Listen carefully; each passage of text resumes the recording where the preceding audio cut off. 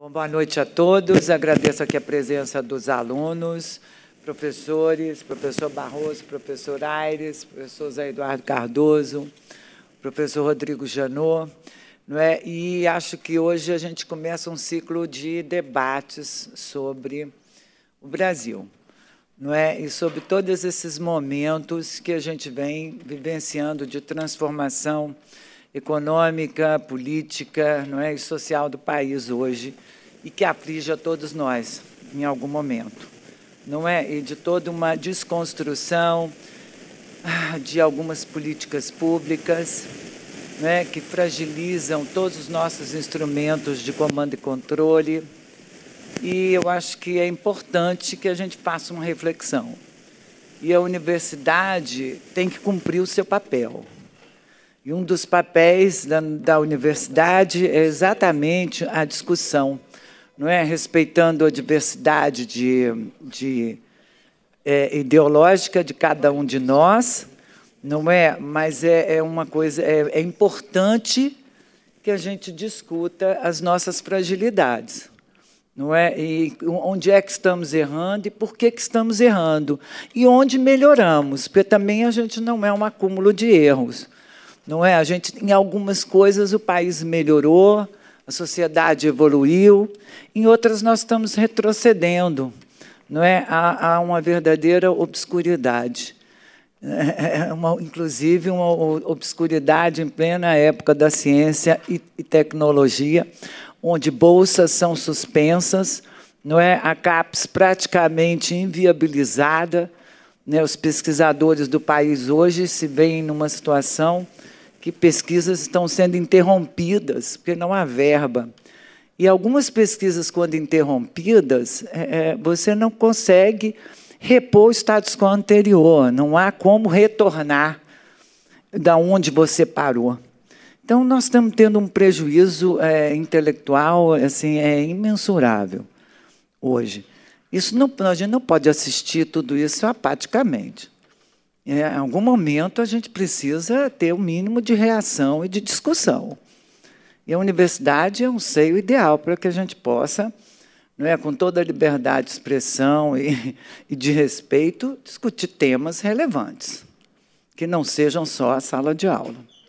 Então, eu espero que todos tenham uma noite assim interessante, não é? Como eu espero que essa noite seja o início de outros debates que a gente possa vir a ter e que torne a nossa faculdade de Direito extremamente ativa, né, politizada, como ela sempre foi, né, e deve ser, faz parte, não é isso, da gente, tá no nosso sangue, não é isso? E de todos nós, enquanto cidadãos, tá?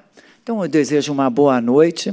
Vou passar a palavra para o primeiro palestrante, que é o professor Zé Eduardo Cardoso, que chegou na hora, né? Ele é tão sortudo que ele chega na hora sempre certa, de uma pontualidade britânica, mas chega, né, Zé?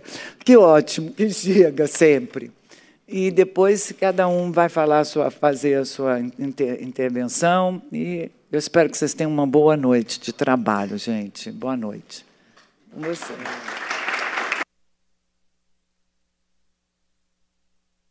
Professora, queria saudar todos os ilustres, queridos amigos da mesa, começar da minha direita, doutor Rodrigo Janot, ministro Barroso, Lilian, querido amigo Carlos. E hoje à tarde, eu, encontrando no Supremo, eu socializava uma angústia minha com o ministro Barroso, porque eu dizia que eu tinha que falar para vocês hoje um olhar sobre o Brasil. E o meu ímpeto é falar mal de alguém. Tá? Mas eu tinha uma grande dificuldade, de encontrar a pessoa ou de quem falarei mal. Eu não posso falar mal do Ministério Público, porque o doutor Janot está na mesa. Não posso falar mal do Judiciário, porque o doutor Barroso está na mesa. Não posso falar mal dos advogados, porque o doutor Carlos Aires Brito está na mesa. E não posso falar mal dos políticos, porque eu também estou na mesa.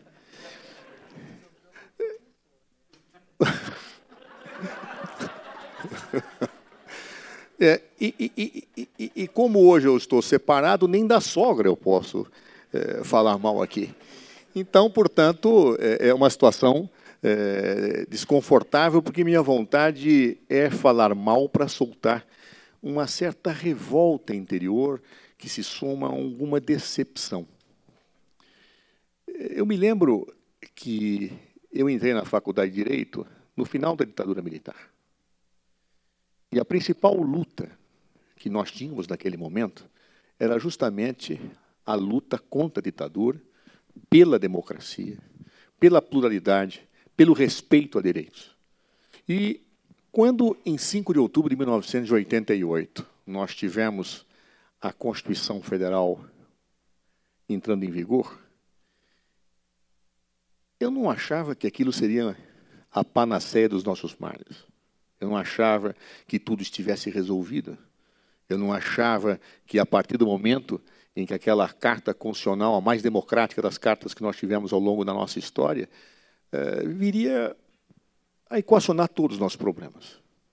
Eu achava que a nossa luta pela igualdade, pelo humanismo, pela fraternidade, pelo respeito às instituições, pelas garantias que aquela carta colocava, ainda seria algo no horizonte. Ou seja, seria algo que se projetaria, mas sempre num avançar. Eu não achava que o Estado de Direito poderia estar em xeque. Eu não achava que uma carta que afirma princípios humanistas poderia estar conjugada com uma realidade de intolerância. Eu não achava que princípios constitucionais que foram ali afirmados tivessem que voltar no tempo para que as pessoas se entrincheirassem na sua defesa, para que nós não tivéssemos o retorno à barbárie. É por isso que, de tempos a essa parte, eu me sinto muito assustado com o que eu vejo. E daí meu ímpeto e a vontade de falar mal. Só que eu tenho que me conter, não só pelas razões que expus ao início, mas porque eu acredito que a dinâmica histórica ela é profundamente dialética. Eu não acho que o destino aponte sempre para resultados. Eu acho que a vida se faz através de contradições. Se faz através de disputas cotidianas, de disputas em que nós, entrincheirados, sabemos em cada momento e refletimos de que maneira e de que modo nós temos que lutar. De que forma lutar? Ninguém é neutro. Eu não sou um neutro. E ninguém é. Os que preconizam a neutralidade das suas posturas ou mentem para os outros, ou mentem para si, ou os dois. O ato de pensar é um ato que se projeta na realidade a partir da força histórica que faz as nossas ideias, da ideologia dominante, das nossas contradições pessoais, da nossa vaidade, de todas as fraquezas e idiosincrasias humanas que nos marcam. Ninguém é neutro. E eu não tenho essa vocação, eu não sou neutro. Eu tenho uma visão de mundo, uma visão política. Tento ser o mais coerente possível, embora às vezes eu possa derrapar, porque os seres humanos não são perfeitos, embora alguns acham que sejam. Os seres humanos não são deuses, e como tal erram. E na medida em que erram, eles precisam estar sempre atentos para os seus erros, para que possam seguir o caminho das suas crenças, das suas perspectivas e das suas transformações. Eu, hoje, me sinto com muita vontade de falar mal da intolerância. Eu não acho possível que no século XXI nós continuemos a discriminar pessoas pela sua cor, pelo seu sexo, pela sua orientação sexual, por serem portadoras de deficiências físicas, por serem feias, por razões estéticas. Não há desrespeito maior com o ser humano do que não ser tratado como igual, especialmente a partir de preconceitos. E eu vejo hoje, no Brasil e no mundo, crescendo o preconceito. E muitas vezes se combate o preconceito dizendo: estou cansado de ter posturas politicamente corretas. A postura politicamente correta, quando ela é dogmatizada, ela não é correta, ela é incorreta. Mas quando ela é objeto de uma reflexão, de um amadurecimento, de uma construção histórica de respeito ao ser humano, ela envolve uma eticidade intrínseca que precisa ser conhecida e refletida por todos nós. Eu não posso tolerar que pessoas que não têm a mesma orientação sexual que eu sejam tratadas como se fossem pessoas que não merecem, ou que mereçam o desprezo, que não possam ter direitos? Só porque a pessoa não é como eu sou? E a discriminação quanto ao pensamento? Hoje voltou uma moda que existia na ditadura militar de se rotular pessoas pelo seu pensamento, como se o fato de pensar as transformasse em criminosos. Eu tenho uma afinidade com Marx. Eu já virei um criminoso pelo fato de pensar. Aliás, eu tenho visto muitas vezes o rebater a ideias, as pessoas dizendo, você é um comunista. O que é isto? O que significa isto? Que negação é esta à possibilidade e à pluralidade de pensamento? Eu fico muito preocupado quando eu vejo esse tipo de posturas ao longo da história tendo motivado regimes autoritários. Houve um tempo em que judeus eram obrigados a utilizar uma estrela em alguns países que os identificasse. Os homossexuais, um outro símbolo. Os comunistas, um outro símbolo. É isso que se quer? Esse é o mundo que se deseja? Portanto, uma das minhas fontes de preocupação é a intolerância. Num olhar sobre o Brasil, eu vejo o crescer da intolerância que não é só brasileiro, é mundial. Um outro ponto que me assusta é o aplauso à violência. Isso me deixa estarrecido, absolutamente estarrecido. Eu me lembro do tempo em que se fazia política, em que o símbolo era um coração, e não uma arma que atira.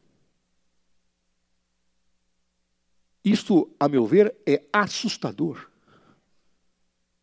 Porque isso se revela em posturas. Pessoas que comemoram mortes. Pouco importa a sanção que uma pessoa deve tomar pelos atos hediondos que praticou. Mas comemorar a morte de um ser humano é, para mim, algo imoral. É algo execrável. Mesmo que seja o meu maior inimigo, mesmo que seja o maior criminoso, não se comemora a morte. Eu me lembro, eu tenho ido muito à Universidade de Salamanca, na Espanha. E me lembro de uma passagem que eu costumo sempre citar, porque me impressionou muito, de um filósofo, reitor da Universidade de Salamanca, chamado Miguel de Unamuno. Miguel de Unamuno, numa aula inaugural, o professor Barroso da Universidade de Salamanca, ele se espantou com algo. É uma universidade do século XII, tradicional. Mas Salamanca, durante a Guerra Civil Espanhola, era o centro da falange franquista, da extrema-direita fascista. E naquela aula inaugural, um professor da universidade falava, ou tecia odes à falange do generalíssimo Franco, que tentava derrubar o governo republicano naquele momento. E ele assistia. Era um homem conservador, era um homem que tinha defendido, inclusive, Franco no primeiro momento, mas ele ficou estarrecido quando, diante das palavras violentas que propunham a morte dos que defendiam a República, a morte dos catalães, a plateia irrompia em aplausos e gritava: "Viva la muerte!" E talvez pudessem até fazer gestos de armas disparando. Ele ficou indignado. Ao final daquela aula, ele foi à tribuna e disse o seguinte: nós estamos num templo do saber. Eu sou o sumo sacerdote desse templo. E esse templo foi violado. Os gritos que os senhores deram, as palavras que proferiram, é uma violação ao templo e eu, como sacerdote, não posso permitir isso. E usa, então, uma frase que hoje professores e alunos de Salamanca ainda se orgulham. Ele disse: vocês vencerão, porque têm a força, mas não têm o direito e a razão a seu lado. Ao dizer isto, a plateia puxou armas para atirar no reitor da universidade. E ele acabou saindo de lá protegido, meio que foragido para que não o matassem naquele recinto. Ele foi no dia seguinte destituído da universidade, perdeu o cargo de conselheiro da universidade, morreu depois de 3 meses. Franco ganhou a Revolução e governou sob uma ditadura feroz a Espanha por décadas. Construiu, inclusive, o mausoléu em que ele está enterrado, em Valle de los Caídos. Um mausoléu suntuosíssimo, onde Franco é enterrado até hoje como um rei. Só que há uma diferença. Miguel de Unamuno não tinha força. Perdeu. Mas na história ele venceu. Porque ele é tido como um grande herói por todos os membros da universidade por ter resistido. Já Franco venceu. Ele tinha a força ao seu lado. E hoje se discute se é justo que um homem que matou milhares de pessoas e fez um ataque como fez a Guernica, que ensejou a obra clássica de Picasso, um dos grandes massacres da história, pode estar enterrado como um rei, digno de homenagens. Há quem defenda que ele seja retirado de lá para que não receba uma homenagem pelas mortes e pela violência que fez. Franco venceu, mas perdeu na história. Unamuno perdeu, mas venceu na história. O que eu quero dizer com isto é que muitas vezes, quando nós vivemos alguns momentos históricos, é necessário ter coragem, inclusive nos despindo de vaidades, para enfrentarmos, mesmo sob o custo que tiver, situações que são execráveis, situações de violação de direitos, situações de intolerância. Nós temos que ser um pouco Miguel de Unamuno para recriminar os francos da nossa história e do momento em que nós vivemos. Isto exige desprendimento? Exige. Isso exige possibilidade de perda? Exige. Isso exige coragem? Exige. Mas vale a pena. Vale a pena talvez não pelas nossas vidas, mas pelo que nós podemos conquistar. Não nos cabe nesse momento ser cabisbaixos. Não nos cabe nesse momento sermos covardes. Não nos cabe nesse momento deixar que as armas tomem conta dos corações. Não nos cabe nesse momento ver que pessoas são desrespeitadas. Não nos cabe nesse momento ver a nossa Amazônia incendiada. Não nos cabe nesse momento ver situações que no mundo perplexo se diz: como pode? Portanto, eu precisava falar mal de alguém. Não falei mal do Ministério Público, da magistratura, não falei mal da advocacia nem dos políticos. Falei mal da intolerância e da covardia. E falei mal daqueles que, ao invés do coração, usam a arma como símbolo e como forma de fazer política. Muito obrigado.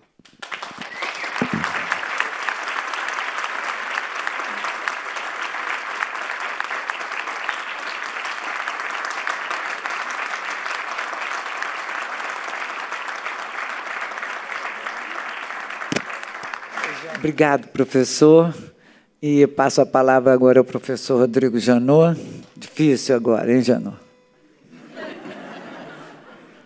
Boa noite a todos. Na vontade que eu tenho é sair correndo aqui, né? Obrigado, José. Bom, não vou fazer essa abordagem filosófica nem artística, né? Eu sou muito pragmático, eu vou fazer alguma abordagem de alguns pontos em que também tenho uma vontade louca de falar mal, né? Então, vou falar mal de alguns atos que eu entendo que desconstroem a institucionalidade brasileira. Quanto a... Como está na moda, né? Minha origem é francesa, e estamos recuperando a nossa ocupação do mundo. Quanto à intolerância, eu lembraria, né? 3 palavrinhas muito clássicas do francês, né? Liberté, égalité, fraternité. Isso que é o que a gente tem que trabalhar com elas. Mas eu gostaria de centrar em 3 pontos bem pragmáticos nesse passeio que eu convido vocês pela institucionalidade brasileira ou a desinstitucionalidade brasileira. O primeiro desses pontos, eu gostaria de retroceder um pouquinho na história e chegar ao década de 1980. A década de 1980 houve um clássico encontro em Paris, na França de novo, está vendo? Somos protagonistas novamente do universo. A França, na década de 1980, uma reunião em Paris, cria-se no mundo um grupo chamado GAFI. Vocês devem ter ouvido falar sobre isso. O GAFI, o Grupo de Ação Financeira, foi uma iniciativa de vários países que chegaram à conclusão que o combate à lavagem de dinheiro, que combate ao dinheiro sujo que vem dos tráficos, tráfico de droga, tráfico de arma, tráfico de órgão, tráfico de pessoas, né? O dinheiro sujo que vem da corrupção, dinheiro sujo que financia atos de terrorismo, deveria receber um tratamento ou um combate de inteligência. E esse grupo, chamado GAFI, ele existe desde 1980, criado em Paris. E vários são os países que integram esse grupo, inclusive o Brasil. O GAFI tem 40 recomendações que orientam todos os países no combate à lavagem de dinheiro contra, no fundo, a criminalidade organizada. O que a gente viu no Brasil, saindo de 1980 e passando para 2019, o Brasil, na contramão da história, ele comete um retrocesso técnico, não estou falando de político, não estou falando de absolutamente nada, um retrocesso técnico de extinguir o COAF, que era o resultado de uma das recomendações do GAFI, que era que os países se organizassem, organizassem os seus serviços de inteligência financeira, e o COAF nada mais é do que, ou era, né, o falecido COAF, o Conselho de Controle de Atividades Financeiras. E o COAF, morto em 2019, aí eu concordo com o Zé, não se pode dizer viva la muerte. O COAF, morto em 2019, criado em 1998, deixa de ser uma pedra no sapato das atividades ilícitas de lavagem de dinheiro de organizações criminosas. Por um defeito de interpretação, chegou-se a afirmar que o COAF produzia prova com informações protegidas por sigilo e, por isso, não poderia compartilhar essas informações com órgãos de controle. O COAF, para quem acompanhou a atividade desse Conselho Neomorto, ele produzia um negócio chamado RIF, que eram relatórios de inteligência financeira, que eram alertas aos órgãos de controle para dizer, olha, tudo indica que aqui tem alguma coisa que não está legal. Tudo indica que aqui algo se passa fora das condições normais de temperatura e pressão. Então, esse era o primeiro ponto que eu queria falar mal. Não falei mal de ninguém também, falei de um fato, né, que é a morte, né, do COAF. O segundo ponto, eu queria chamar vocês para uma interpretação de um princípio jurídico muito profundo. Eu não sei se esse princípio jurídico está no limite entre o que é jurídico e o que é filosófico, mas é um princípio de uma densidade e que a gente tem que interpretar esse princípio. Esse princípio quer dizer o seguinte: Roma locuta causa finita. Para quem não entende o latim, a Roma decidiu, a causa acabou. Ninguém se discute mais sobre essa questão. Então, esse denso princípio jurídico, Roma locuta causa finita, eu queria trazer para fazer algumas considerações em torno de uma decisão recentíssima da segunda turma do Supremo Tribunal Federal. E aí começo a dizer, Roma locuta causa finita.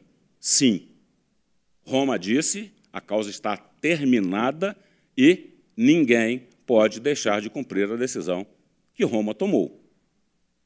Mas nós podemos conversar sobre ela. Nós podemos analisar as bases dessa decisão e exercer, né, um pouquinho da nossa inteligência, um pouquinho da nossa informação, um pouquinho da nossa formação sobre o que é e sobre o alcance que isso pode acontecer. Essa decisão, não estou falando mal do Supremo, né? Claro que não, mas eu vou analisar uma decisão, né? Somos todos humanos e todos susceptíveis a erros. E só para deixar claro, eu sou da outra turma.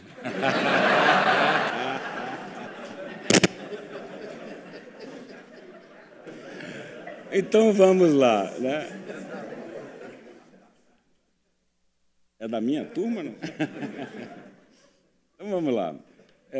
Interpretando esse princípio, né? Roma locuta causa finita, a gente tem que começar a entender um pouquinho dos princípios que inspiram o sistema de nulidade no nosso direito penal, certo? Então, o que se diz quando se fala em nulidade? Olha o francês voltando aí, Zé. Pas de nullité sans grief. Não tem nulidade se não houver prejuízo. E o Supremo Tribunal Federal, o autêntico intérprete da Constituição, disse que, inclusive, naquelas nulidades ditas absolutas, se não houver prova de prejuízo, não se reconhece nulidade. A forma não pode se impor sobre a matéria. É um princípio, né, razoável. Desdobrando um pouquinho esse princípio das nulidades, né? Vamos lá. O Código de Processo Penal nosso, ele dispõe sobre alegações finais em 2 artigos, 403 e 404. E, ao dispor sobre essas alegações finais, o que ele diz? O prazo para apresentação de alegações finais é um prazo sucessivo. Fala primeiro a acusação, fala depois o réu, para se assegurar o amplo direito de defesa. Aí nós temos que interpretar a acusação em defesa, agora, segundo o que criou a Lei 12.850, que é a Lei de Combate à Criminalidade Organizada, e que trouxe algumas ferramentas para o combate à criminalidade organizada. Uma delas, a colaboração premiada. Então, essa Lei 12.850, ela diz lá, artigo 4º, será admissível a colaboração de um réu, lembrar lá, réu, quando ele reconhece que integra uma organização criminosa. Opa, faço parte desse bando. Segundo, reconheço que cometi crime. Os crimes são esses, esses e esses. Terceiro, os meus chapas, os meus amigos de empreitada, são Tício, Caio, Simprônio, e que cometeram esses delitos dessa forma. E a prova pode ser obtida por esse caminho. Essa figura que essa 12.850 trouxe, que é a colaboração premiada, que nada mais é do que um acordo penal, conhecido já no mundo, em vários países, não criou uma figura de um quasi-réu, ou não criou uma figura de um super-réu e de um sub-réu. O réu colaborador, ele continua sendo réu. Ponto. Ele é réu. Ele não é nem mais nem menos. Ele não vira um réu assistente de acusação. E por que não? Porque não basta a palavra dele. Ele tem que indicar os caminhos de prova. Por quê? Se ele não indica os caminhos de prova, não se pode condenar ninguém com base na palavra do colaborador. A colaboração premiada, no Brasil, não é meio de prova, é meio de obtenção de prova. Se a gente coloca isso tudo nesse caldeirão, então nós temos, primeiro, olha o francês de novo, pas de nullité sans grief. Não existe nulidade sem prejuízo. Segundo, não existe a figura de um super-réu, menos réu, réu de meio, réu de esquerda, réu de direita, réu é réu. Não existe uma fila entre réus de maneira hierárquica para que eles possam se pronunciar em razões finais nos processos penais. Mesmo porque o próprio Supremo já disse que a mera inversão de alegações finais, ainda que ocorra, se não houver prejuízo, pade nullité sangriefam, não há que se declarar a nulidade disso.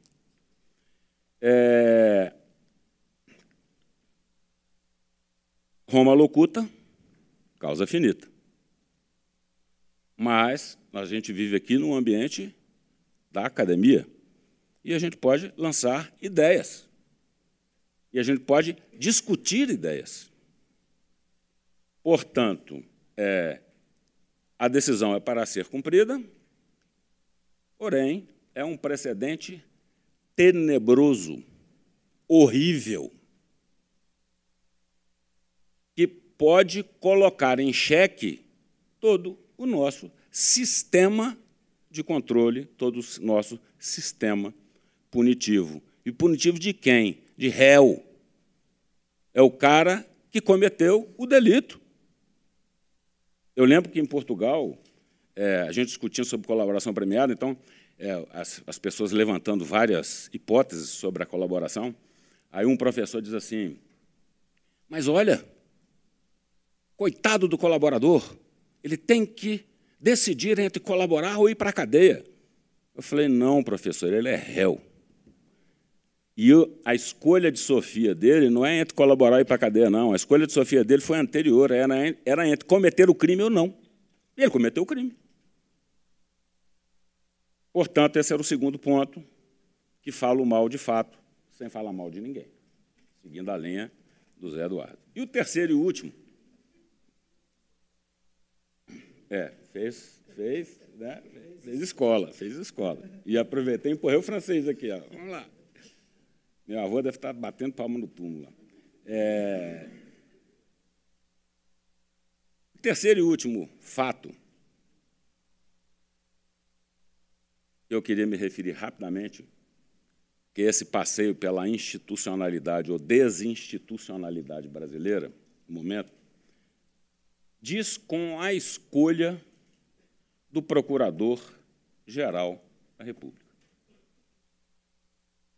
Essa figura, como dizia o ministro Sepúlveda Perdente, a segunda pior cadeira da República Brasileira. A primeira é a presidência, a segunda é o PGR, que sou o Pertence falando, e passou por ela. Essa figura, não à toa, foi dotada pela Constituição de uma série de garantias que permitem, se a coragem assim o disser, né, e fazer o seu papel e desenvolver o seu trabalho. Essa pessoa tem que ser da carreira, tem que ter mais de 35, tem mandato fixo de 2 anos, só pode ser retirado dali se cometer crime e crime de responsabilidade. E tem autonomia e independência para atuar. Não só na questão penal, mas nas outras questões afetas ao Supremo Tribunal Federal e à Corte Especial do Superior Tribunal de Justiça e mais o Tribunal Superior Eleitoral, que dizem respeito diretamente com a estrutura de Estado e com a democracia brasileira. Pois bem, passamos por um momento agora em que, a cada dia, temos uma notícia sobre os critérios que deverão inspirar a indicação do Procurador-Geral da República. Ouvi até, não sei se é verdade, não falo mal de ninguém, e não posso falar mal de políticos, porque o Zé Eduardo está aqui na mesa, de que uma opção factível seria deixar que a interinidade assumisse esse relevantíssimo cargo para a República para ver o comportamento do interino. Foi eu que disse, eu ouvi dizer, né? E uma interinidade que passaria ao largo do Senado Federal. Porque esse procurador-geral, essa figura, para que ele possa sentar na cadeira, ele tem que ser sabatinado pelo Senado e tem que ser aprovado pelo Senado Federal.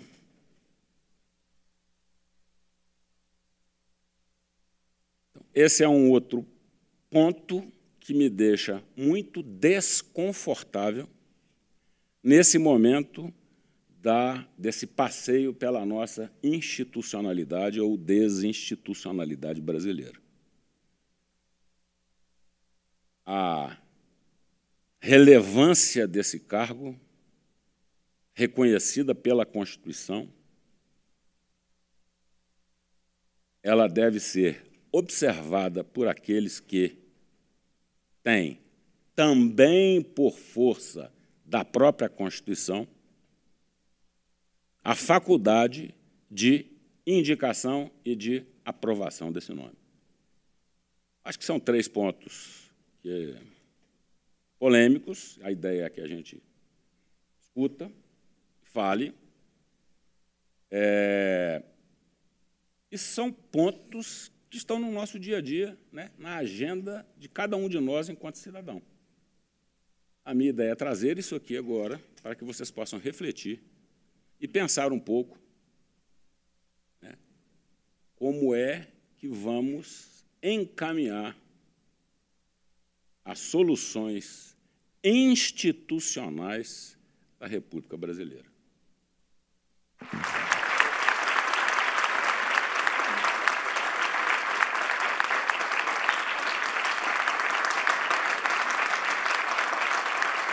Obrigada, professor. Passo a palavra ao professor Carlos Aires.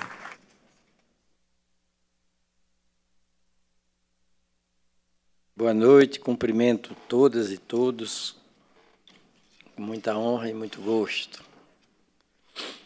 Há poucos dias eu estava aqui no Uniceub, numa sessão acadêmica do CBEC, Centro Brasileiro de Estudos Constitucionais, e fui fazer uma apresentação do ministro Barroso, que é um notável, a notabilidade do saber jurídico nele é evidente. Pensador, dono de uma oratória exuberante, sedutora. Aliás, ele escreve tão bem quanto fala. Tem essa dupla virtude. E eu dizia, a propósito de um debatedor dele, o professor Eduardo Mendonça, que a posição de Eduardo era muito difícil, porque se tentasse acrescentar algo à fala, à exposição, à palestra do professor Luiz Roberto Barroso, incidiria muito provavelmente em redundância. E, se quisesse discordar de algo, incidiria em mutilação, em falta. Claro que o professor Eduardo Mendonça, na medida do possível, inteligente como é, talentoso, culto, se ouve muito bem.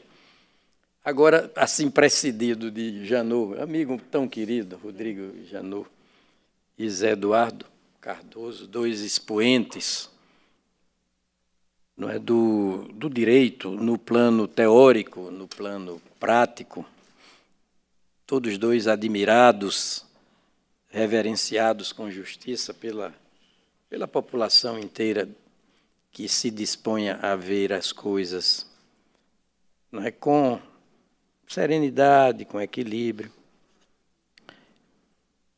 Eu me lembrei, Zé Eduardo, mais especificamente, de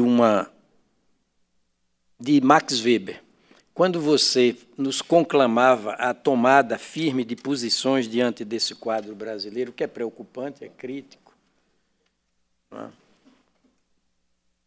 Eu me lembrei de Max Weber. Max Weber disse assim: neutro é quem já se decidiu pelo mais forte. É muito interessante isso, não é? Lembrando Lacordaire, entre fracos e fortes, entre ricos e pobres, a liberdade é que escraviza, a lei é que liberta. Se você deixar livremente numa mesa de negociação fracos e fortes, os fortes prevalecerão. Ricos e pobres, os ricos prevalecerão. Letrados e iletrados, os letrados prevalecerão. E assim por diante. E realmente acho que há momentos na vida em que devemos tomar posições firmes. Não com aquela pretensão de infalibilidade opinativa, conceitual, cognitiva, não é isso, nós podemos errar. Mas por um dever de honestidade intelectual, de expor o ponto de vista. E, a propósito, há muitos anos, eu era procurador-geral do Estado de Sergipe, eu muito jovem, e eu tinha um assessor muito preparado, cujo nome não vou revelar, muito preparado, muito gentil, mas ele não dava opinião dele, pessoal, ele escapulia, fugia na hora do vamos ver. Mas eu precisava de definir uma causa de direito tributário, e ele era muito bom em direito tributário. Cheguei para ele, alteei o tom de voz e disse: fulano, qual é a sua opinião sobre esse tema? Ele ficou pálido assim e disse: procurador-geral, sobre esse tema, fez reticência, disse: sobre esse tema, eu estou propenso a talvez pensar que... Eu nunca vi nada igual até hoje. Isso há uns 40 anos. Eu estou propenso a talvez pensar que... Então, a situação é de tomada de posições, não é? Também, Eduardo, quando você falava do Miguel de Unamuno, grande filósofo espanhol, eu também me lembrava de uma passagem histórica parecida. Diógenes tinha um amigo na Grécia Antiga chamado Arístipo, também outros pronunciam Aristipo. Sucede que Diógenes era emancipado mentalmente, era independente, não cortejava o ditador governante de Siracusa, Dionísio, ao contrário de Arístipo, que era da copa e da cozinha do governante. E, certa feita, o Arístipo visitou o Diógenes, foi à residência do Diógenes, uma residência modesta, e encontrou o filósofo num fogão de lenha, preparando o seu próprio almoço dele, Diógenes, que não passava o almoço, a refeição, de um prato de lentilhas, sem acompanhamento. Aí o Arístipo disse: vou aproveitar a oportunidade para cooptar Diógenes. E disse para ele: Diógenes, se você se habituasse a cortejar Dionísio, não precisaria comer lentilhas. Ao que Diógenes respondeu altivamente: Arístipo, se você se habituasse a comer lentilhas, não precisaria cortejar Dionísio. Resultado, tantos séculos se passaram e quem ficou na história bem, eticamente, altivamente, o emancipado mental, o descolonizado mental, atualizando a linguagem. Quando eu vejo aqui um olhar sobre o Brasil, quero parabenizar a professora Lilian, não é? Todos nós aqui. Foi Luiz Roberto Barroso. Ele que escolheu. Ah, que coisa boa, escolheu muito bem, quero parabenizar. Aliás, o professor Luiz Roberto, ao entrar aqui, disse, ampliou o horizonte visual das coisas. Disse bem que poderia ser um olhar sobre o mundo, não é isso? E também sobre o Brasil. E eu disse para mim mesmo, quando convidado, olha, um olhar sobre o Brasil, o meu dever é projetar sobre o Brasil um olhar desembaçado, sem trave, sem cortina, sem fumaça, sem nuvem, para tentar retratar com fidedignidade, né, a situação, a realidade, o ordenamento jurídico incidente sobre essa realidade. Porque eu sempre imponho a mim mesmo, estou falando para jovens aqui, e estou tentando ser um pouco didático, sem pedantismo, viu? Sem pose nenhuma, sem empáfia.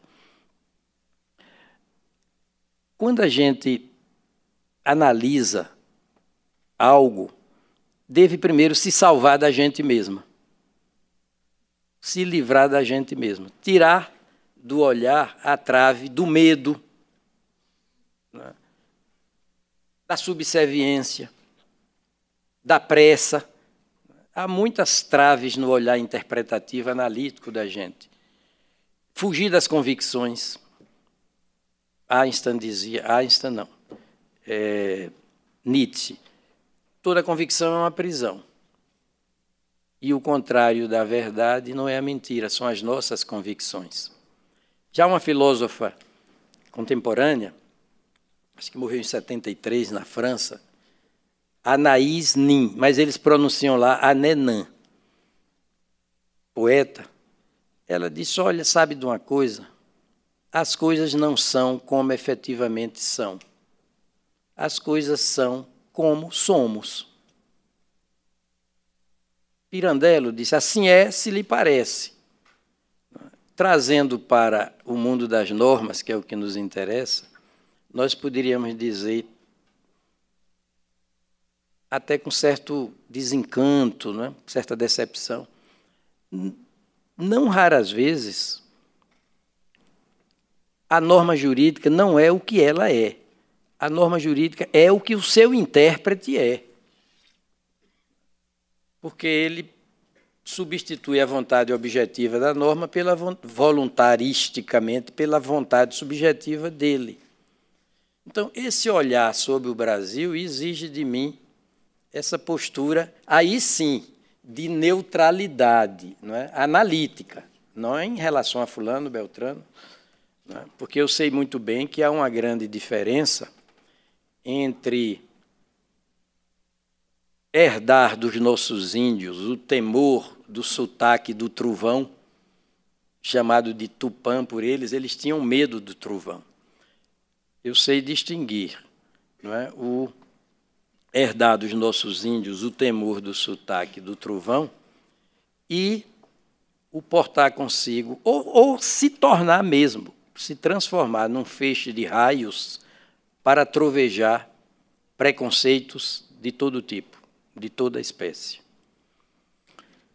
E nessa perspectiva de olhar a realidade por um prisma, aí sim, né, na medida do possível, neutro, objetivo, impessoal, eu concordo com Janot, concordo com Eduardo, o quadro é ruim, é desalentador, é de crise ética. Né? Quanto mais se lava dinheiro por aqui, mais o país fica sujo. Crise ética, crise econômica, quantos desempregados. Né? Parece até que os nossos agentes econômicos estão anestesiando a sua capacidade empreendedora para descansar no conforto do rentismo lá de fora e daqui do Brasil, substituindo a produção, o capital produtivo, pelo capital especulativo dos bancos. Isso é terrível, nós estamos assistindo a isso. A crise é ambiental. Quantas agressões ao meio ambiente, não é? A floresta amazônica pegando fogo, e eu não pude deixar de dizer, quando vi aquilo, não é, que certas pessoas inclusive autoridades, se acostumam tanto ao deserto de si mesmas que a simples pronúncia do nome floresta já lhes soa como uma ofensa pessoal.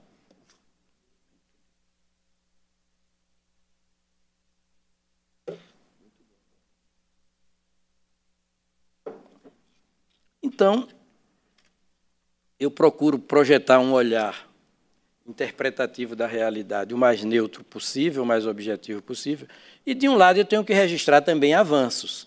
Outro dia, o professor Luiz Roberto Barroso falava muito bem dos avanços que nós já obtivemos da Constituição para cá, não precisa dizer mais nada, de 2000, a Constituição de 1988.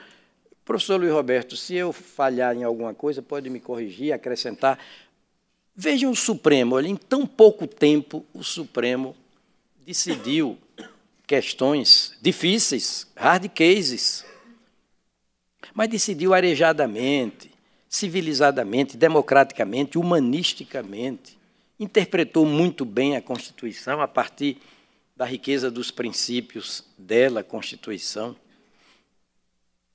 Células-tronco embrionárias, Raposa Serra do Sol, ProUni, né, cotas raciais, cotas sociais, relações homoafetivas, proibição de nepotismo, interrupção de gravidez de feto anencéfalo, constitucionalidade da Lei Maria da Penha, constitucionalidade da Lei de probidade administrativa, infelizmente é chamada de lei de improbidade, não sei porquê.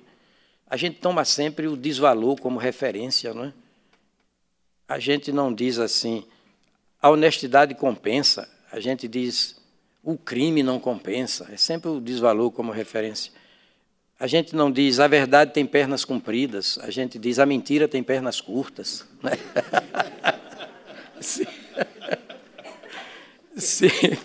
Sempre tomando o desvalor como referência. Olha, fulano de tal, você acertou na mosca. Por que não no alvo, né? Tem que ser na mosca para matar. Né? Olha, matei 2 coelhos de uma só cajadada. E como se fosse uma coisa positiva, matei 2 coelhos de uma só. Vou matar a saudade, em vez de vou saciar a fome, saciar a minha saudade. Não, vou matar saudade. Ainda diz, vou matar quem está me matando. A fome. Bem, proibição de financiamento empresarial de campanha eleitoral, né? Autorização para biografias, aliás, possibilidade de redigir biografias não autorizadas pelos biografados. Olha, tanta decisão arejadora dos nossos costumes. Agora, nos últimos anos, na esfera política, já vou tentar terminar, tem havido uma mentalidade assim dominante, antiambientalista, anti-indigenista, preconceituosa, né? Preconceituosa, mas não poder. Tem havido, no Brasil, uma confusão danosa, perniciosa, para não dizer teratológica, entre a virtude do pluralismo e o defeito gravíssimo do divisionismo, né? O país está meio desagregado, dividido, raivoso. Né? Há muito derramamento de bilis, comprometendo a produção de neurônios. Né? Há muita decisão com fígado azedo, né? Muita gente decidindo com o fígado. E aí não posso deixar de reconhecer essa realidade, essa crise multitudinária, gravíssima.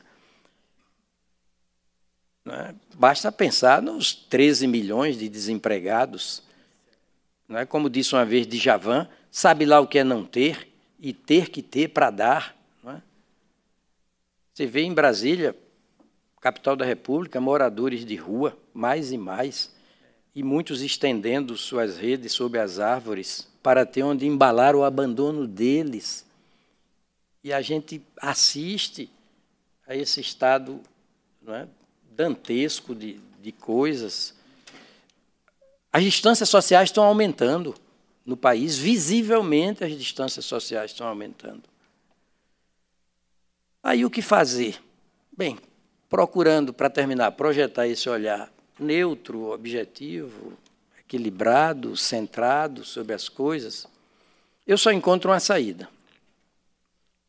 Num aparente paradoxo, é o que eu tenho dito nos últimos 3 anos, invariavelmente. A meta é a fonte, é a Constituição, porque é a única saída da crise para chamar de nossa, objetivamente. Fora da Constituição, o que se tem é saída para chamar de minha, de sua, de fulano, de beltrano, subjetivamente, de modo personalizado, narcisicamente. Não é? E como essa Constituição foi elaborada democraticamente, e ela fez da democracia o seu princípio, dos princípios, o seu princípio continente, de que tudo é conteúdo, inclusive a república, a federação, a separação dos poderes, soberania popular, cidadania, tudo é conteúdo desse princípio continente da democracia, com o nome de Estado Democrático de Direito ali na cabeça do artigo 1º da Constituição. Então, a saída é voltar para a Constituição. Nós temos andado de costas para a Constituição. Precisamos voltar para a Constituição, fazer da Constituição uma mesa redonda, metaforicamente, e nos sentar em torno dela para, sem insulto, sem desrespeito, para, civilizadamente, uma troca de ideias superadora da crise, de ideias superadoras da crise. Toda crise é debelável. Quem individualmente não já teve crise de amor, crise de saúde, crise financeira, crise de trabalho, crise familiar, e está todo mundo aí contando a história, não é? O país tem condições de sair dessa crise, desde que acredite em si mesmo. Por exemplo, neste momento, uma boa postura psicológica é cada um da gente bater no peito e dizer, neste momento, meu amigo número 1 é o Brasil. Eu sou apenas o meu amigo número 2. Ele merece essa inversão de prioridade. Não é? E essa Constituição é tão democrática quanto humanista e civilizada. É impossível não tirar o país da crise obedecendo à Constituição, sobretudo os princípios da Constituição. É impossível não tirar o país da crise se nós formos fiéis aos princípios da Constituição. Cada agente público fiel à sua instituição, cada instituição fiel à sua finalidade, à sua função central. E aí, eu tenho motivos para me alentar. Manuel Castells, o conhecido contemporâneo filósofo espanhol, disse que esse mundo internetizado, se por um lado nos desencanta, nos desalenta, nos indigna, né, por outro lado nos dá esperança. Einstein diria, se vivo fosse, por que só enxergar nas possibilidades dificuldades? E por que não enxergar nas dificuldades possibilidades? Por que não enxergar diante dessa crise, mais do que abrir janelas de oportunidade, de inteligência, por que não ser uma janela, cada um de nós? Uma janela de oportunidade, de inteligência. A esperança e o otimismo são os 2 sócios majoritários de todo o empreendimento de fé, de crença na existência, na vida. Então, o meu discurso é esse. A crise existe, é séria, mas nós temos condições de superá-la a partir da volta à Constituição, que mais do que fonte, é imã e é bússola. Muito obrigado.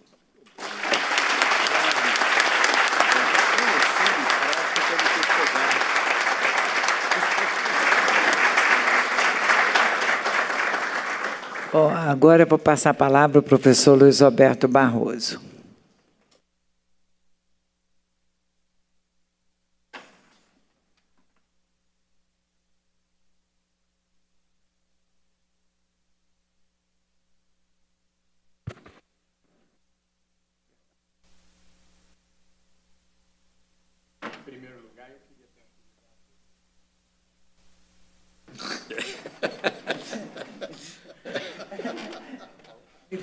primavera. Alô?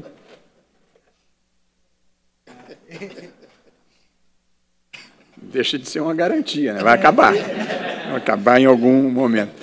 Eu tenho muito prazer e muita honra de estar aqui e de compartilhar com todos algumas ideias e algumas reflexões sobre o Brasil, na companhia honrosa dos integrantes dessa mesa, presidido pela professora Lilian Rocha, que é a musa do UniCeub, como nós todos sabemos, na companhia do Zé Eduardo Cardoso, para quem não sabe, era o ministro da Justiça quando eu fui nomeado para o Supremo, é um dos corresponsáveis por essa provação que eu tenho passado na vida. E o fato dele estar eventualmente perdidamente arrependido disso não muda a sua responsabilidade. E eu quero muito bem a ele, e ele deu uma demonstração de que é um homem leal até o fim, o que é uma prova de caráter. Carlos Aires, que é meu amigo querido, e para quem não sabe, eu não o substituí porque ele é insubstituível, mas eu ocupo a vaga que era dele no Supremo Tribunal Federal.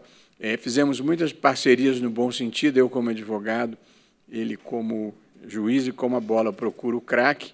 Algumas das grandes decisões do Supremo Tribunal Federal são da lavra dele, como a demarcação das terras indígenas Raposa Serra do Sol, a questão das uniões homoafetivas, a questão do nepotismo e, salvo engano, células-tronco embrionárias. Em todos esses casos, eu participava como advogado e tive a sorte de ter Carlos Aires como juiz. Verdade de expressão, você não foi advogado? Da lei de imprensa, não. Não, especificamente não. Mas gostaria de poder dizer que fui também, porque considero uma decisão primorosa. E aqui, por fim, à minha direita ou à esquerda, de quem olha, como preferirem, está o ex-procurador-geral Rodrigo Janot, que foi uma pessoa que ajudou a começar a desmontar o pacto oligárquico brasileiro e que, com grande integridade, não desviou nem de um, nem de outro, nem de ninguém, e teve uma trajetória extremamente retilínea, como deve ter. Quem opta pelo caminho da justiça não pode ter opções pessoais nem preferências.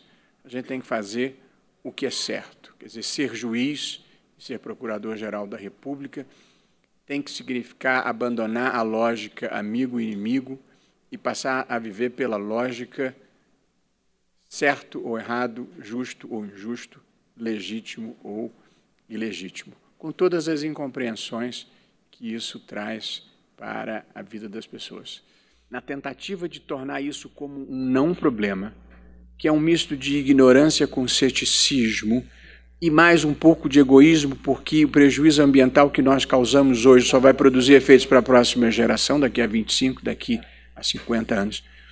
As atitudes obscuras de negação da questão ambiental produziram um efeito no Brasil que há anos eu e muitas outras pessoas vimos tentando produzir, que era colocar a questão ambiental no centro da discussão pública brasileira. E hoje esta é uma questão que está no centro da discussão pública brasileira.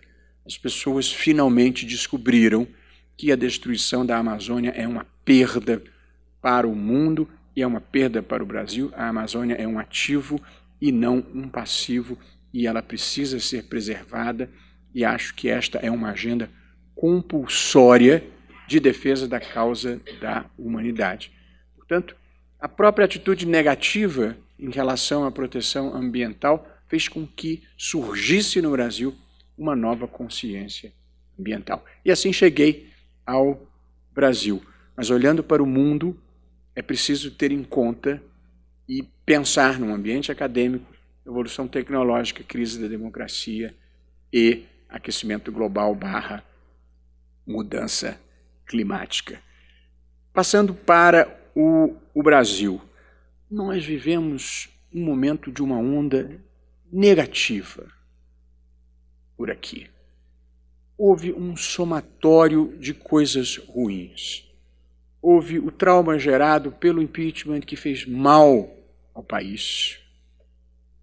O avanço das investigações sobre corrupção, a mais longa recessão da história do Brasil, os maiores níveis de desemprego da história do Brasil, queda de renda expressiva da população e do PIB, consequentemente. Portanto, há um abalo na autoestima geral da cidadania brasileira causada por todos esses fatores que constituíram o que tem sido chamado de tempestade perfeita. Tempestade política, tempestade econômica e tempestade ética. Eu gostaria de dizer, lançando um olhar positivo sobre o que parece ser uma terra arrasada, eu acho que os países como as pessoas passam pelo que têm que passar para amadurecerem e para se aprimorarem. E não havia como o Brasil furar o cerco da renda média e se tornar verdadeiramente desenvolvido com os padrões de ética pública e de ética privada que se praticavam no Brasil. Não é fenômeno de uma pessoa, de um governo, de um partido, vem de muito longe e acumulativamente. E um dia a sociedade brasileira se deu conta disso, um dia relativamente recente, e passou a não mais aceitar o inaceitável. E o que há de novidade no Brasil é essa imensa demanda por integridade, por idealismo, por patriotismo, que vem de toda parte do país. Aonde se vá, é possível perceber essa energia no ar. E essa é a energia que muda paradigmas e que empurra a história. De modo que, apesar de tudo parecer muito sombrio no momento atual, acho que nós estamos vivendo um momento de nos repensarmos e de nos refundarmos sobre novas bases e daí fazermos um novo país. De modo que eu tenho uma visão positiva e construtiva do que está acontecendo e não uma visão pessimista. Portanto, não sou como o personagem da história que meu querido amigo Carlos Aires gosta de contar. Foi ao médico e o médico disse a ele: tem uma notícia ruim para lhe dar. Tem uma notícia ruim e tenho outra pior. E ele perguntou: me dá a ruim primeiro. Você só tem 24 horas de vida. Eu disse: pô, mas o que pode ser pior que isso? Estou para lhe falar desde ontem.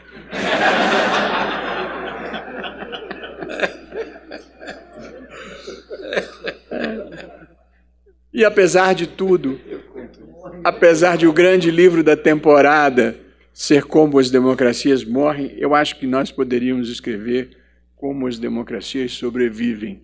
Porque apesar de termos passado por tudo o que temos passado, por tudo e por todos os que temos passado, ainda assim nós podemos celebrar nesses 30 anos de Constituição de 1988 estabilidade institucional.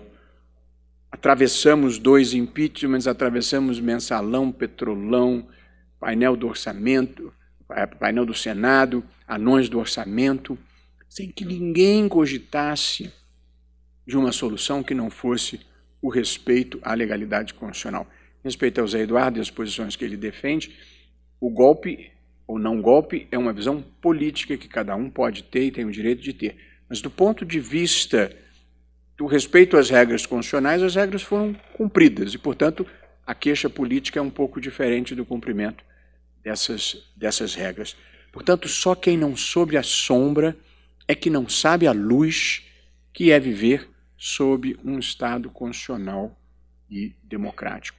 Conquistamos estabilidade monetária, os mais jovens não terão vivido isso, mas todos nós aqui, menos a professora Lília, vivemos os horrores da hiperinflação e dos sucessivos planos econômicos fracassados e da frustração que eles traziam, até que conseguimos conquistar um Plano Real de Estabilidade Monetária. E, por fim, em terceiro lugar, para documentar os fatos positivos da democracia brasileira, tivemos uma inclusão social de mais de 30 milhões de pessoas que deixaram a linha da pobreza extrema no Brasil, que teve nos últimos 30 anos o maior crescimento percentual de IDH da América Latina. E por IDH, crescimento de IDH significa mais expectativa de vida, mais renda e mais escolaridade. Portanto, apesar da fotografia do momento atual, eu vou parar em 31 de dezembro de 2018 para não ter nenhuma conotação política no que eu estou falando, apesar de a fotografia do momento atual ser devastadora, o filme da democracia brasileira é um filme relativamente bom. E nós já estamos com a temperança para atravessar as crises mais profundas e ainda assim sairmos inteiros como país e conseguirmos nos reconstruir. Eu, no meu capítulo final, proporia 3 pactos que eu acho que nos fariam bem e que talvez ajudassem a unir o país, ou boa parte do país. O primeiro desses pactos, eu penso, é um pacto de integridade que substitua o pacto oligárquico que talvez vigore no Brasil há cerca de 500 anos e que mesmo os governos mais empenhados não conseguiram romper, que é um pacto que une parte da classe política, parte da classe empresarial e parte da burocracia estatal, que é um pacto de saque do Estado brasileiro. E nós estamos tentando criar uma nova ordem em que não seja legítima a apropriação privada do Estado e que não seja tolerável o desvio de dinheiros públicos. A naturalização das coisas erradas fez com que se perdesse o senso crítico no Brasil de que os agentes públicos não são sócios da República e não podem ter participação pessoal em todos os negócios que se realizam no país. E os grandes contratos administrativos, infelizmente, como eu vi, como o doutor Janot viu, muitos deles, mas muitos deles, talvez quase todos os relevantes, tinha alguém levando uma vantagem indevida. Um país não pode ser assim. E o pacto de integridade só precisa de 2 regras. No espaço público, não desviar dinheiro, no espaço privado, não passar os outros para trás. Essa é a grande revolução brasileira e o dia que nós conseguirmos essas 2 providências bastante simples, eu acho que nós nos transformaremos em outro país. O segundo pacto é um pacto pela responsabilidade fiscal, econômica e social. Fiscal, porque se prolongadamente se gasta mais do que se arrecada, a consequência é inexorável. A conta um dia chega. Chega sob a forma de inflação, chega sob a forma de juros altos, chega sob a forma de recessão, chega sob a forma de desemprego. E, portanto, responsabilidade fiscal não é uma opção ideológica, não tem responsabilidade fiscal de esquerda ou de direita. É uma premissa das economias saudáveis. Em segundo lugar, um pacto de responsabilidade econômica. O Estado brasileiro ficou grande demais. O Estado econômico e administrativo, não o Estado social. E, portanto, hoje nós temos não só a União, mas todos os estados da federação que não podem imprimir dinheiro, quebrados e que não conseguem arrecadar sequer o suficiente para pagar salários, com raríssimas exceções. Os estados da federação estão tomando empréstimo para pagar salário, o que significa que não estão pagando o custeio, fornecedores, coisas básicas, e muito menos fazendo investimento. Portanto, a diminuição do Estado administrativo e econômico brasileiro se impõe, só que não há solução juridicamente fácil nem moralmente barata para diminuir esse Estado. E um pacto de responsabilidade social. O Estado brasileiro é historicamente apropriado por elites extrativistas que, com muita frequência, definem políticas públicas que favorecem os seus interesses, e não um país que tem políticas públicas para verdadeiramente toda a gente brasileira. E, portanto, nós tivemos ao longo de muitos anos políticas públicas concentradoras de renda na Previdência, um sistema tributário altamente regressivo, além de ser o mais complicado do mundo, documentadamente o mais complicado do mundo, segundo o Banco Mundial, ele é extremamente regressivo, porque a ênfase da tributação no Brasil é sobre o consumo, que são os impostos de IPI e ICMS, que eu e o garçom que me atende no Supremo pagamos a mesma taxa, o mesmo percentual. E um sistema em que a distribuição de dividendos não é tributada e a de lucros. Eu fui advogado muitos anos até, todos nós nos beneficiamos disso, porque nas sociedades profissionais, inclusive as de advogados, você distribui o resultado isento de imposto de renda. De modo que no meu escritório de advocacia, a minha secretária pagava mais imposto de renda do que eu. Portanto, um sistema tributário em que o empregado paga mais do que o patrão. Tem alguma coisa errada.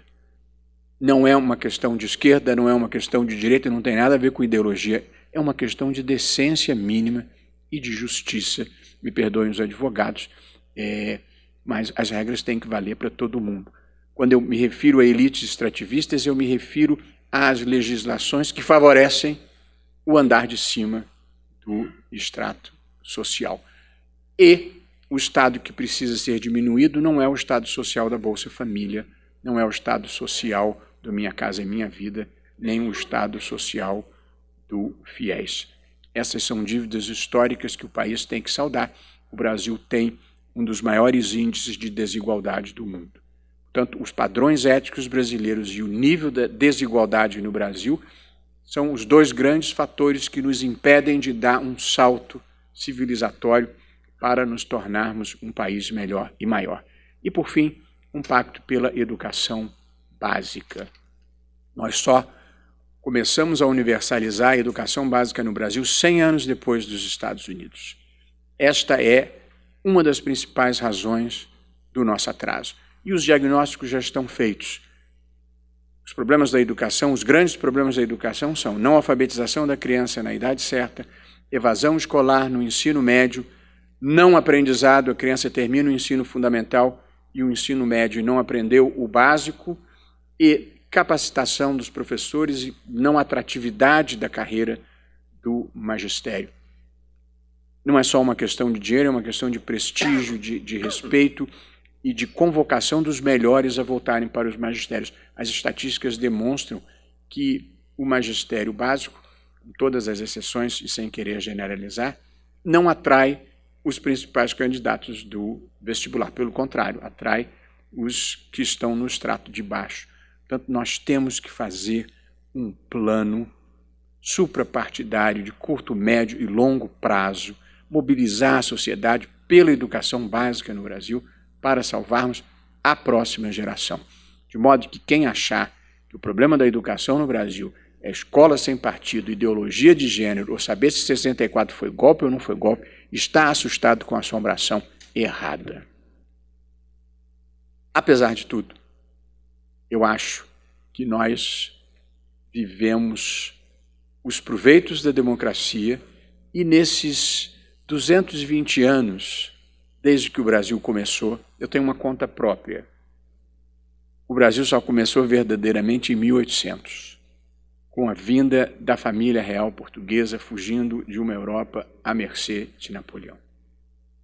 Porque antes disso, portanto, há 220 anos o Brasil começou. Porque antes disso, os portos eram fechados, portanto, não era possível o comércio exterior. Era proibida a construção de estradas na metrópole, na colônia. Era proibida a existência de manufaturas. Não havia dinheiro, as trocas eram feitas por escambo. 1/3 da população era de escravos e 98% da população era analfabeta. Não tinha escola. Há 220 anos. Esta era a infraestrutura brasileira. Agora vamos olhar para a superestrutura. Nós não fomos herdeiros da tradição anglo-saxã, que tinha uma Magna Carta desde 1215. Nós somos herdeiros queridos como genuinamente são os nossos irmãos portugueses. O último país da Europa que acabou com a Inquisição. Do último país da Europa que acabou com o tráfico negreiro. Do último país da Europa que acabou com o absolutismo. E herdeiros daquela infraestrutura e dessa superestrutura, em 220 anos, um estalar de dedos na história, nós nos tornamos a quarta maior democracia de massas do mundo, uma democracia resiliente que atravessou tempestades e furacões e continuou de pé, e nós temos a 10ª maior economia do mundo, apesar de tudo. O Brasil, portanto, foi um dos maiores sucessos do século XX. E, portanto, com alguns ajustes, já já nós reencontraremos o nosso lugar na história com o enfrentamento da desigualdade social e com a elevação dos padrões de ética pública e de ética privada do país. E, portanto, meus queridos amigos e queridos alunos e jovens, mirem-se nos bons. O país tem muitos maus exemplos, mas também tem muitos bons exemplos, históricos e contemporâneos. Vamos falar apenas do histórico. Zé Bonifácio, Joaquim Nabuco, Rui Barbosa, deixa eu ficar só, Santiago Dantas, deixa eu ficar só nos que já morreram. Há muitos bons exemplos. E, portanto, a gente não deve se deixar hipnotizar pelos maus exemplos, nem naturalizar as coisas erradas, porque foi isso que aconteceu de ruim no Brasil. A perda da capacidade crítica de reconhecer o que era errado e de identificar o que era certo. E por isso, e esse é o meu slogan pessoal, e aqui com ele eu termino, com ele me consolo nos maus momentos, não importa o que esteja acontecendo à sua volta. Porque a gente não tem controle, a gente só tem controle sobre o que a gente faz. Não importa, muitas coisas acontecem à minha volta que eu não concordo, às vezes até muito perto de mim. Não importa o que esteja acontecendo à sua volta. Faça o melhor papel que puder. Muito obrigado.